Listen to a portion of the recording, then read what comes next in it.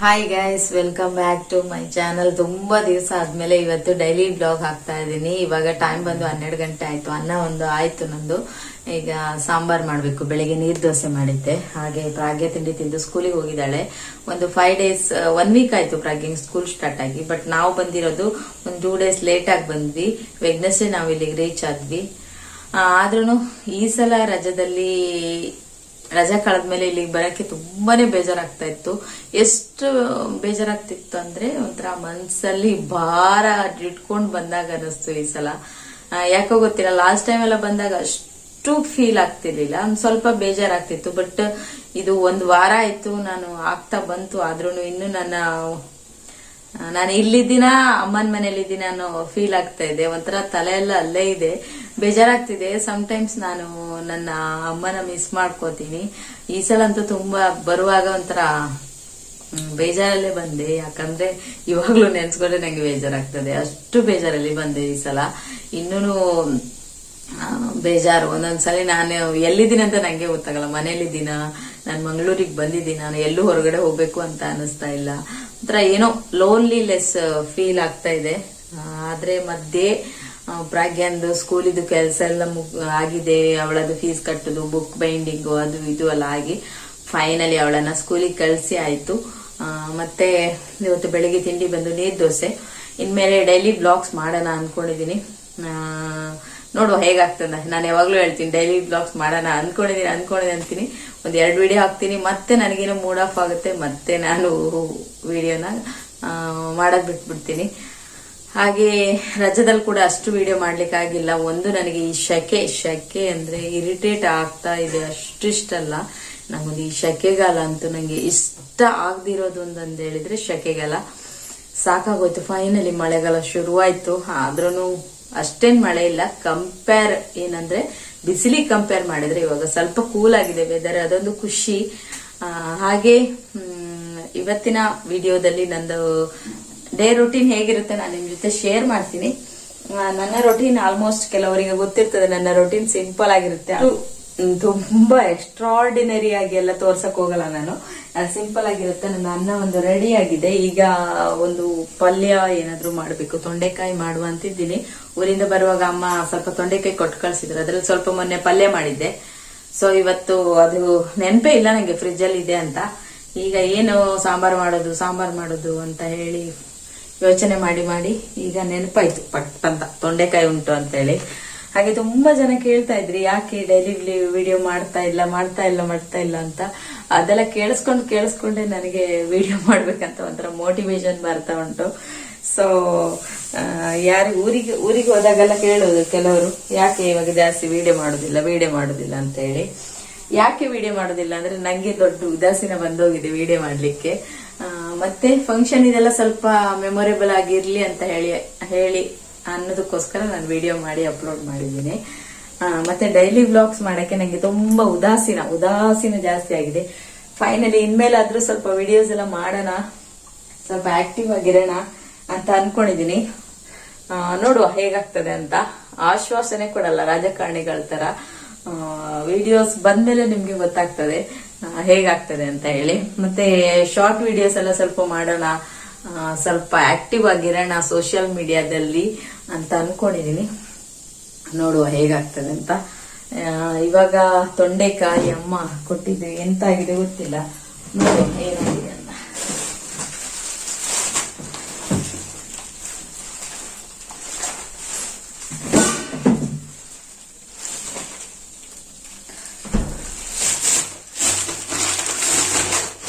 ಅಮ್ಮ ಸ್ವಲ್ಪ ತೊಂಡೆಕಾಯಿ ಮತ್ತೆ ನಾನು ಬಸಳೆ ಎಲ್ಲ ತಕೊಂಡು ಬಂದಿದ್ದೆ ಊರಿಂದ. ತೊಂಡೆಕಾಯಿ ಎಲ್ಲ ನಂಗೆ ನೆನಪೇ ಇಲ್ಲ. ತೊಂಡೆಕಾಯಿ ಕೆಲವೊಂದು ಒಳ್ಳೆ ಫ್ರೆಶ್ ತೊಂಡೆಕಾಯಿ ಇದು ನಮ್ಮ ಮನೆಯಲ್ಲೇ ಆಗಿರೋದು ನೋಡಿ. ಕೆಲವೊಂದು ಹಣ್ಣಾಗಿದೆ. ಇದನ್ನೇ ಇವಾಗ ಮಾಡುದು. ಮತ್ತೆ ನೋಡುವ ನಾಳೆ ಎಂತಾದ್ರೂ ಫಿಶ್ ಎಂತಾದ್ರೂ ಮಾಡುವ ಅಂತ ಹೇಳಿ. ನಿನ್ನೆ ಚಿಕನ್ ಮಾಡಿದ್ವಿ, ಚಿಕನ್ ಸುಕ್ಕ ಮಾಡಿದ್ವಿ ನಿನ್ನೆ. ಈಗ ಈ ತೊಂಡೆಕಾಯಿ ಮಾಡುದು. ತೊಂಡೆಕಾಯಿ ಅಂದ್ರೆ ಪ್ರಾಗ್ಯಂಗೆ ತುಂಬಾ ಇಷ್ಟ. ಹಾಗೆ ಇವತ್ತು ನಾನೊಂದು ಫೇಸ್ ಪ್ಯಾಕ್ ಹಾಕಿದೆ. ಯಾವ್ದಂದ್ರೆ ಮುಲೈತಿ ಪೌಡರ್. ಇದು ತುಂಬಾ ಚೆನ್ನಾಗಾಗುತ್ತೆ. ಅದನ್ನ ಸಹ ಈ ವಿಡಿಯೋದಲ್ಲಿ ಆಡ್ ಮಾಡ್ತೀನಿ. ಅದು ನಿಮ್ಮ ಸ್ಕಿನ್ ನಲ್ಲಿ ಬಂಗ್ ತರ ಇದ್ರೆ, ಡಾರ್ಕ್ನೆಸ್ ಇದ್ರೆ ಯಾವಾಗ್ಲೂ ಅಪ್ಲೈ ಮಾಡ್ತಾ ಇರ್ಬೇಕು. ಒಂದು ವೀಕ್ಲಿ 1-2 ಟೈಮ್ಸ್. ಬಟ್ ನಿಮ್ ಅಂದ್ರೆ ಸ್ಕಿನ್ ತುಂಬಾ ಟ್ಯಾನ್ ಆಗಿದ್ರೆ ತುಂಬಾ ಯೂಸ್ಫುಲ್ ಆಗುತ್ತೆ. ನೋಡಿ, ಎಲ್ಲಾ ಆಯುರ್ವೇದಿಕ್ ಶಾಪ್ ಆನ್ಲೈನ್ ಅಲ್ಲಿ ಎಲ್ಲ ಕಡೆ ಸಿಗ್ತದೆ, ನೀವು ಯೂಸ್ ಮಾಡ್ಕೋಬಹುದು. ಹಾಗೆ ಈ ತೊಂಡೆಕಾಯಿನ ಫಸ್ಟ್ ಕಟ್ ಮಾಡ್ಕೊಂಡು ಪಲ್ಯ ಮಾಡಬೇಕು.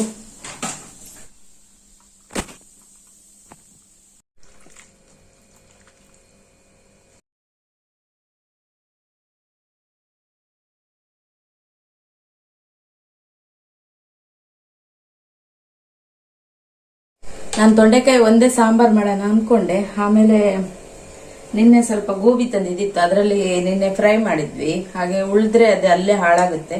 ಹಾಗೆ ಗೋಬಿ ಸಹ ಮಿಕ್ಸ್ ಮಾಡಿ ಒಂದು ಸಾಂಬಾರ್ ಮಾಡುವ ಅಂತ ಹೇಳಿ ಫೈನಲಿ ಇವಾಗ ಮಸಾಲೆ ಎಲ್ಲ ರುಬ್ಬಿ ಆಯ್ತು. ಸಿಂಪಲ್ ಮಸಾಲೆ, ಅದನ್ನೇ ನಾನು ಶೇರ್ ಮಾಡಿಲ್ಲ. ಇವಾಗ ಟೊಮೆಟೊ ಮತ್ತೆ ಈರುಳ್ಳಿ ಚಿಕ್ಕ ಚಿಕ್ಕದಾಗಿ ಕಟ್ ಮಾಡಿ ಇಟ್ಕೊಳ್ತಾ ಇದ್ದೀನಿ. ನಂಗೆ ಟೊಮೆಟೊ ಮತ್ತೆ ಈರುಳ್ಳಿ ಹಾಕಿಲ್ಲ ಅಂದ್ರೆ ಸರಿಯಾಗೋದಿಲ್ಲ.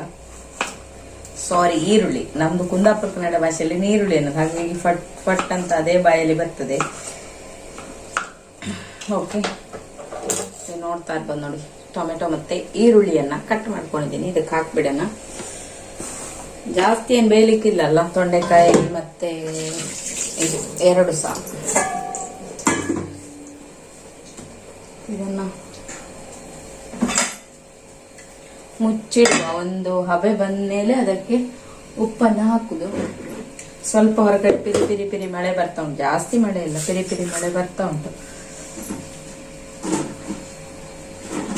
ಆ ಮಿಡಲಲ್ಲಿ ನಾವು ಇದ್ದ ಪಾತ್ರೆಯನ್ನೆಲ್ಲ ತೊಳ್ಕೊಂಡು ಕ್ಲೀನ್ ಮಾಡ್ಕೊಳ್ಳೋದು. ಅಲ್ಲಿ ಒಂದ್ ಕಡೆ ಆಗ್ತಾ ಇರ್ಲಿ. ಇನ್ನು ಬ್ರಾಡ್ಗೆ ಬಂದಾಗ ಅವಳು ತೊಂಡೆಕಾಯಿ ಇಷ್ಟ, ಬಟ್ ಮಿಕ್ಸ್ ಎಲ್ಲ ಮಾಡಿದ್ರೆ ಅವಳಿಗೆ ಇಷ್ಟ ಆಗುದಿಲ್ಲ. ಹಪ್ಪಳ ಉಂಟು ಅವಳಿಗೆ, ಹಪ್ಪಳ ಮತ್ತೆ ಸಾಂಬಾರ್ ಹಾಕಿ ಕೊಟ್ರೆ ತಿಂತಾಳೆ. ಈ ಮಕ್ಕಳಿಗೆ ತರಕಾರಿ ತಿನ್ನಿಸುವುದೇ ಒಂದು ದೊಡ್ಡದು ಆಯ್ತಾ.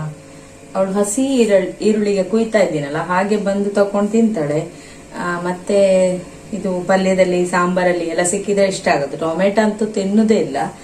ಮತ್ತೆ ಬೇರೆ ತರಕಾರಿಗಳ ತಿನ್ನುವುದೇ ಒಂದು ನನಗೆ ಚಾಲೆಂಜ್ ಆಗಿ, ಸೊಪ್ಪು ಅದು ತಿನ್ನುವುದಿಲ್ಲ. ಇನ್ಮೇಲೆ ಏನಾದ್ರೂ ಮಾಡಿ ಸ್ವಲ್ಪ ಚೇಂಜ್ ಮಾಡಿ ಅವಳಿಗೆ ಏನಾದ್ರೂ ಹೊಟ್ಟೆಗೆ ಹೋಗುವಾಗೆ ಮಾಡಬೇಕು. ಸೊಪ್ಪು ಕಾಳುಗಳು ಅದೆಲ್ಲ ಕಾಳುಗಳು ತಿನ್ನೋದೇ ಇಲ್ಲ. ಹಾಗಾಗಿ ಏನಾದ್ರೂ ಒಂದು ಪ್ಲಾನ್ ಮಾಡ್ಬೇಕು ಅಂತ ಇದ್ದೀನಿ. ಅಂದ್ರೆ ಅವಳಿಗೆ ಏನಾದ್ರೂ ಮಾಡಿ ಸೊಪ್ಪು ಕಾಳುಗಳು ತರಕಾರಿಗಳೆಲ್ಲ ಅವಳ ಹೊಟ್ಟೆಗೆ ಹೋಗ್ಬೇಕು. ನೋಡುವ, ಏನಾದ್ರೂ ಚೇಂಜಸ್ ಮಾಡ್ತೀನಿ. ಎಂತ ಮಾಡ್ತೀನಿ ಅದನ್ನ ನಾನು ನಿಮ್ ಜೊತೆ ಶೇರ್ ಮಾಡ್ಕೊಳ್ತೀನಿ. ಮುಂದಿನ ದಿನಗಳಲ್ಲಿ ಒಂದೊಂದೇ ಮಾಡೋಣ ಅಂತ ಇದ್ದೀನಿ. ಯಾಕಂದ್ರೆ ಎಷ್ಟೇ ನಾವು ಪ್ರಯತ್ನ ಪಡಕ್ ಹೋದ್ರು ಸೊಪ್ಪು ತರಕಾರಿಗಳನ್ನ ತಿನ್ಸಕ್ ಆಗ್ತಾ ಇಲ್ಲ ಮಕ್ಕಳಿಗೆ. ಹಾಗಾಗಿ ಕೆಲವೊಂದು ಮಕ್ಕಳು ಏನ್ ಕೊಟ್ರು ತಿಂತಾರೆ. ನಮ್ಮ ಪ್ರಾಗ್ಯನಿಗಂತೂ ಹಾಗೆಲ್ಲ ತಿನ್ನೋದೇ ಇಲ್ಲ. ಅಂದ್ರೆ ತಿನ್ನಿಸ್ಲಿಕ್ಕೆ ಬಾರಿ ಕಷ್ಟ ಆಗ್ತದೆ. ಅಷ್ಟು ಕೊಟ್ಟಿದ್ದೆಲ್ಲ ಎಲ್ಲ ಗಬ ಗಬ ತಿನ್ನುವಂತ ಮಗುವಲ್ಲ. ಸೊ ಅದಕ್ಕೆ ಒಂದು ತಲೆ ಬಿಸಿ ಆಗುತ್ತೆ. ಎಲ್ಲ ಕೊಟ್ಟಿದ್ದು ತಿನ್ನುದಾದ್ರೆ ರಗಾಳೆ ಇಲ್ಲ. ಸ್ವಲ್ಪ ಉಪ್ಪು ಹಾಕಿದೆ, ಇದಕ್ಕೆ ಉಪ್ಪು ಹಾಕಿ ಬೇಯಲಿಕ್ಕೆ ಬಿಡುವ. ಅಷ್ಟರೊಳಗೆ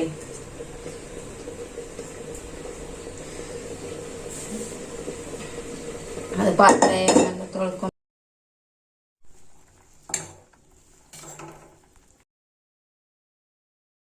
ನಮ್ದು ಸಾಂಬಾರೆಲ್ಲ ಆಯ್ತು. ಇನ್ನು ಊಟ ಮಾಡೋದು, ಜೋರು ಹಸಿವಾಗ್ತಾ ಉಂಟು. ಹಾಗೆ ಸ್ವಲ್ಪ ಉಪ್ಪಿನಕಾಯಿ ಮಾಡಿ ಕಳಿಸಿದ್ದಾರೆ ನನ್ನ ಅತ್ತಿಗೆ. ಇದು ಕೆತ್ತೆ ಉಪ್ಪಿನಕಾಯಿ ಅಂತ ಹೇಳ್ತೀವಲ್ಲ, ಇಡೀ ಮಾವಿದಲ್ಲ, ಕಟ್ ಕಟ್ ಮಾಡಿ ಮಾಡಿದ್ದು. ಒಳ್ಳೆ ಆಗಿದೆ.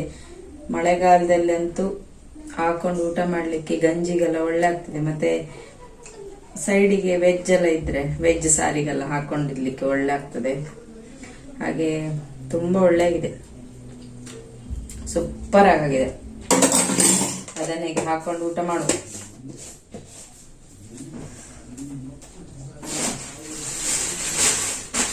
ನಾನು ಉಪ್ಪಿನಕಾಯಿ ಎಲ್ಲ ಅಷ್ಟು ಹೊರಗಡೆ ಲೈಕ್ ಮಾಡುದಿಲ್ಲ, ಮನೆಯಲ್ಲಿ ಮಾಡಿದ್ದಾದ್ರೆ ಇಷ್ಟ ಆಗ್ತದೆ. ಅಕ್ಕ ಮಾಡಿ ಕೊಟ್ಟು ಕಳಿಸಿದ್ರು, ನಾ ಮೊನ್ನೆ ಬರುವಾಗ ತಕೊಂಡು ಬಂದಿದ್ದೆ. ಇನ್ನು ಊಟ ಮಾಡುದು ನೋಡಿ. ಸಾಂಬಾರೆಲ್ಲ ರೆಡಿ ಆಯ್ತು. ಮತ್ತೆ ನಾನು ಊಟ ಎಲ್ಲ ಮಾಡಿ ಬ್ಲಾಗ್ ಅನ್ನ ಕಂಡಿದ್ದೆ. ಪ್ರಾಗ್ಯ ಸ್ಕೂಲಿಂದ ಬಂದ್ಲು. ಪ್ರಾಗ್ಯ ಇಲ್ಲಿ ಬಾ. ಪ್ರಾಗ್ಯ ಪ್ರಾಗ್ಯ ಪ್ರಾಗ್ಯ ನೋಡಿ ಟಿವಿ ನೋಡ್ತಾ ಇದ್ದಾಳೆ, ಕರ್ದಿದ್ದು ಸಾಕು ಹೇಳುದಿಲ್ಲ, ಅಷ್ಟು ಮಗ್ನ ಆಗಿ ಹೋಗಿದ್ದಾಳೆ. ರಾಗಿಣಿಗೆ ಬರ್ತಾ ಬರ್ತಾ ಇವತ್ತು ಮೈಕೆ ಎಲ್ಲ ನೋವಂತೆ. ಇಲ್ಲಿ ಬಾ ಇಲ್ಲಿ ಬಾ. ಆಮೇಲೆ ವೆನಿಲಾ ಕೇಕ್ ತಂದ್ಕೊಟ್ಟೆ, ಅದನ್ನ ತಿಂದ್ಲು. ಈಗ ಮತ್ತೆ ಹಸಿವೆ ಆಗ್ತಾ ಇದೆ ಅಂತೆ. ಮಧ್ಯಾಹ್ನ ಒಂಚೂರು ಊಟ ಮಾಡುದು, ಜಾಸ್ತಿ ಅಂತ ತಿನ್ನುದಿಲ್ಲ. ಆಮೇಲೆ ಹಸಿವೆ ಆಗ್ತದೆ ಅಂತ ಹೇಳುದು ಅಲ್ವಾ ಪ್ರಾಗಿ? ಬಂದ್ ಕೂಡಲೇ ಇನ್ ನಾಳೆಯಿಂದ ಊಟ ಮಾಡಿಸಿ ಬಿಡ್ತೇನೆ. ಇರು ಆಗಿಲ್ಲ ಅದು. ನಾಳೆ ದೋಸೆ ಡಬ್ಬಂದ ನಿತ್ಕೋಬೇಡ, ನಾಳೆಯಿಂದ ಬಂದ್ಮೇಲೆ ಊಟ ಮಾಡಿಸ್ಬಿಡ್ತೀನಿ. ಇಲ್ಲ ಅಂದ್ರೆ ಬರೀ ಸ್ನಾಕ್ಸ್ ಅದೇ ಕೇಳ್ತಾ ಇರ್ತಾಳೆ. ಅದಕ್ಕೆ ನಾಳೆಯಿಂದ ಊಟ ಮಾಡಿಸಿ ಬಿಡುದು. ಇವತ್ತು ಅಲ್ಲಿ ಅಂಗಡಿಗೆ ಹೋಗಿದ್ದೆ, ಹಾಗೆ ಅವಳಿಗೆ ವೆನಿಲಾ ಕೇಕ್ ತಂದು ಕೊಟ್ಟೆ, ಅದು ತಿಂದು ಮತ್ತೆ ಹೇಳುದು ಮತ್ತೆ ಎಂತಾದ್ರೂ ಉಂಟಾ, ಮತ್ತೆ ತಿನ್ನುವಾಗ ಎಂತಾದ್ರೂ ಮಾಡ್ಕೊಡಿ. ಬೆಳಿಗ್ಗೆ ಅಂತ ತಿನ್ಲಿಕ್ಕೆ 1 ಗಂಟೆ ಮಾಡ್ತಾಳೆ, ಸಂಜೆ ಹೊಟ್ಟೆ ಕಾದಿರ್ತದಲ್ಲ ಆವಾಗ ಬಂದು ಕೇಳುದು ತಿನ್ಲಿಕ್ಕೆ ಎಂತ ಉಂಟು ಅಂತ. ಈಗ ನಾನು ದೋಸೆ ಇಟ್ಟಿತ್ತಲ್ಲ ಸ್ವಲ್ಪ, ಅದನ್ನ ದೋಸೆ ಮಾಡ್ಲಿಕ್ಕೆ ಹಾಕ್ದೆ. ಮತ್ತೆ ಬೇರೆ ಎಂತೆಲ್ಲ ತಿನ್ನೋದಕ್ಕಿಂತ ಇದನ್ನೇ ತಿನ್ಬೋದಂತ ಹೇಳಿ ಇನ್ನು 6 ಗಂಟೆ ಆಗ್ತಾ ಬಂತು, 5:15 ಆಯ್ತು. ಇವಾಗ ಇದೆಲ್ಲ ತಿನ್ಬಿಟ್ಟು ಒಂದು ಹಾರ್ಲಿಕ್ಸ್ ಮಾಡಿ ಕುಡ್ದು, ಮತ್ತೆ ಇದು ದೇವರಿಗೆ ದೀಪ ಇಡ್ಬೇಕು. ಆಮೇಲೆ ಅವಳದೊಂದು ಯೂನಿಫಾರ್ಮ್ ಉಂಟು, ಅದನ್ನು ವಾಶ್ ಮಾಡಿ ಹಾಕ್ಬೇಕು.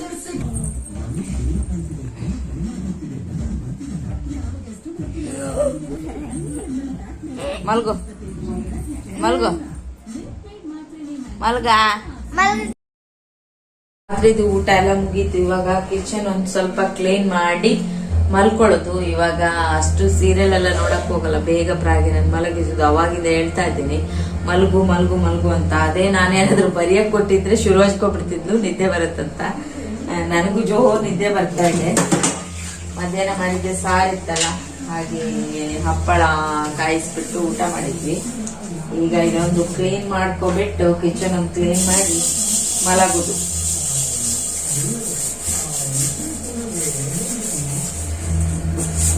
ಬೆಳಿಗ್ಗೆಗೆ ದೋಸೆಗೆ ರುಬ್ಬಿಟ್ಟಿದ್ದೀನಿ. ಬೆಳಿಗ್ಗೆ ಒಂದು ತಿಂಡಿ ಮಾಡುದು, ರುಬ್ಬುದೊಂದು ರಗಳೆ ಇಲ್ಲ, ಹಾಗೆ ಎಲ್ಲ ರುಬ್ಬಿಟ್ಟಿದ್ದೀನಿ.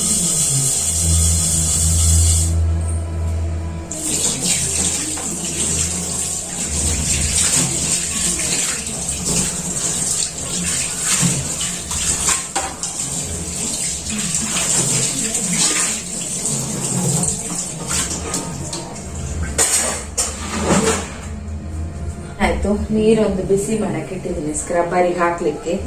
ಈಗ ಇಬ್ಬರು ಬ್ರಷ್ ಮಾಡುದು, ಸೀದಾ ಹೋಗಿ ಮಲ್ಕೊಳ್ಳೋದು. ಮಧ್ಯಾಹ್ನ ಮಲಗ್ಬೇಕಂತ ಸ್ವಲ್ಪ ಹೊತ್ತು ಮಲಗಿದೆ, ನಿದ್ದೆ ಅಷ್ಟು ಸರಿಯಾಗ್ಲಿಲ್ಲ. ಎಷ್ಟೋ ದಿವಸಗಳು ಸರಿಯಾಗಿ ಶೆಕೆಯಲ್ಲಿ ನಿದ್ದೆ ಬರ್ದಿರುವಂತ ದಿವಸಗಳಿದೆ.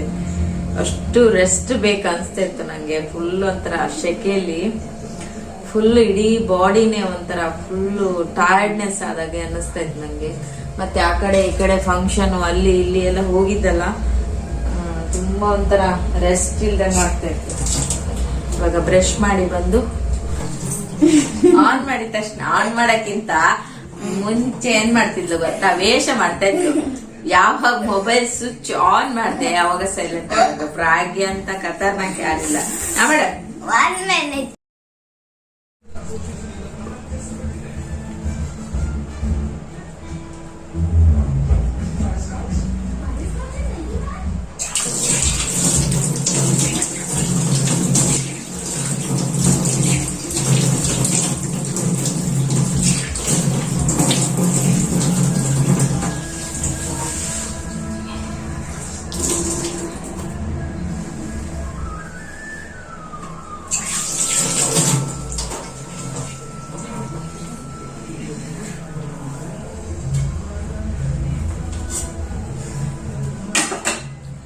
ಇದು ನನ್ನ ನೈಟ್ ರೊಟೀನ್ ಇಷ್ಟೇನೆ.